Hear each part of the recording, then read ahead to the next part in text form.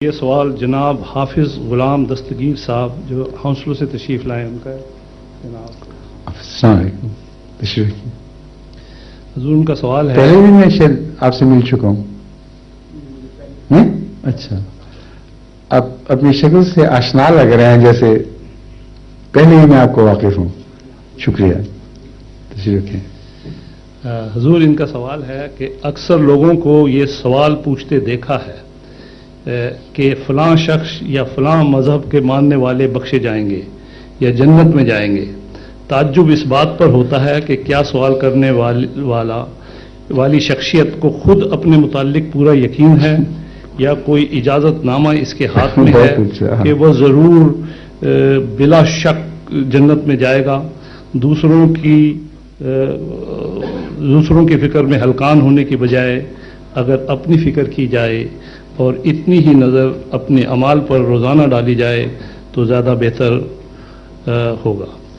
اور ان کا ایک اور سوال بھی حضور جو بعد میں پیش کریں۔ جی، آپ نے بالکل بجا فرمایا ہے۔ یہ فتویٰ دینے والے کہ فلاں جنت میں جائے گا اور فلاں جہنم میں جائے گا، اس فتوے کے مجاز ہی نہیں ہے۔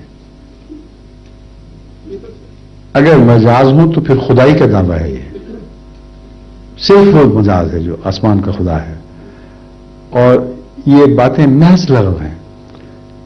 ایسے لوگوں کو اور ایسے علماء کو زیادہ سے زیادہ یہ کہنے کا حق ہے کہ ہم نے جو قرآنی تعلیم سمجھی ہے اس کی روح سے اگر کوئی یہ بات نہیں کرتا تو ہم سمجھتے ہیں کہ وہ یہ نہیں کہہ سکتے کہ جہنم میں جائے گا، ہم سمجھتے ہیں کہ ہو سکتا ہے وہ جہنم میں جائے، مگر مالک کا کام ہے، جس کو کہ نہیں جائے گا وہ کبھی نہیں جائے گا۔ جزاک اللہ، شکریہ۔ جی،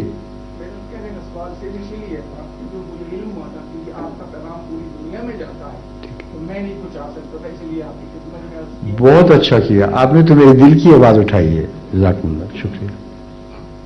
تبھی بھی آپ مانوس لگ رہے تھے۔ آپ کی روح مانوس ہے۔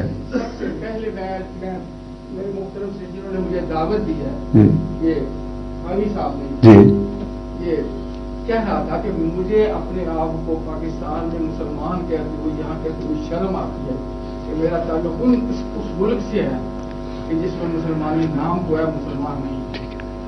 جزاک اللہ، شکریہ۔ حضور ان کا